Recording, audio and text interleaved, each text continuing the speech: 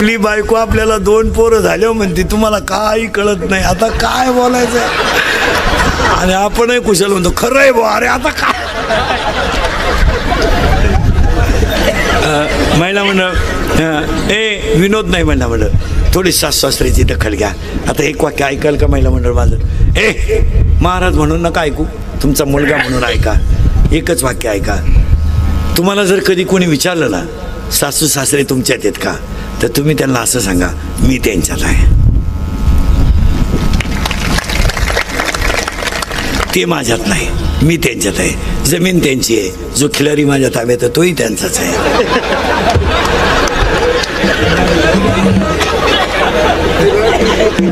तो फक्त सांभाळायला माझ्याकडे आहे, कारण त्याला मीच आकळू शकते, दुसरं कोणी आकळू शकत नाही.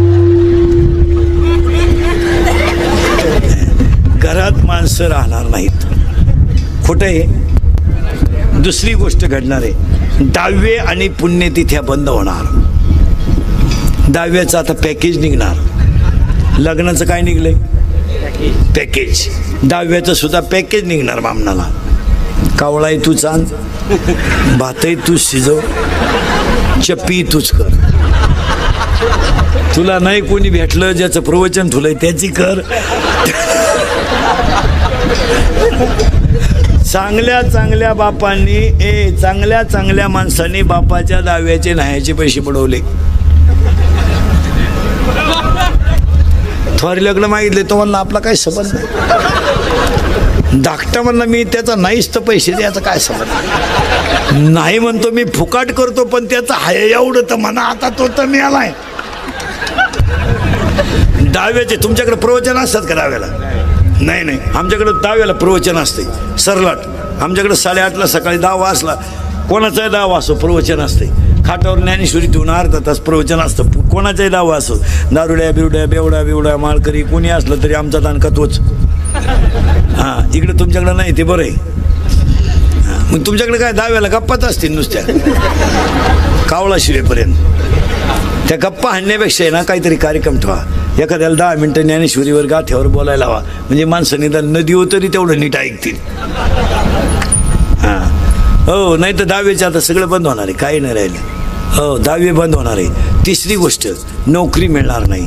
शेतकरी वर्गाला पाया पडून सांगतो, मी स्वतः शेतकरी आहे चांगला. काळी आई कालही सोनं देत होती, आजही सोनं देते, उद्याही सोनं देते. शेतीवर नाराज होऊ नका, शेतीला जोड व्यवसाय करा. यावर तुमचं मत काय? आणि शेतकऱ्याच्या पोरांना सांगतो, हे क्वाटरी बिटरी प्यायचं आता बंद करा.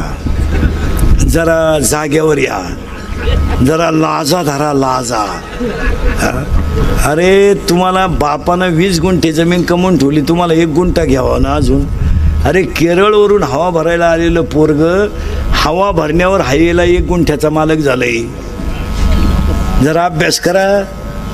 केरळवरून हवा भरायला आले, रात्री 2:30ला उठत आहे हवा भरायला. त्यानं हायवेला 1 गुंठा जमीन घेतली.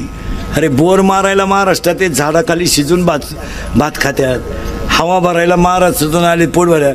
MP ची ट्रक आमच्या हायवेनं जाते तर रस्त्याच्या कडेला शिजून भात खाते, आणि आमची अवलाद जमीन इकून धाब्यावर खाते.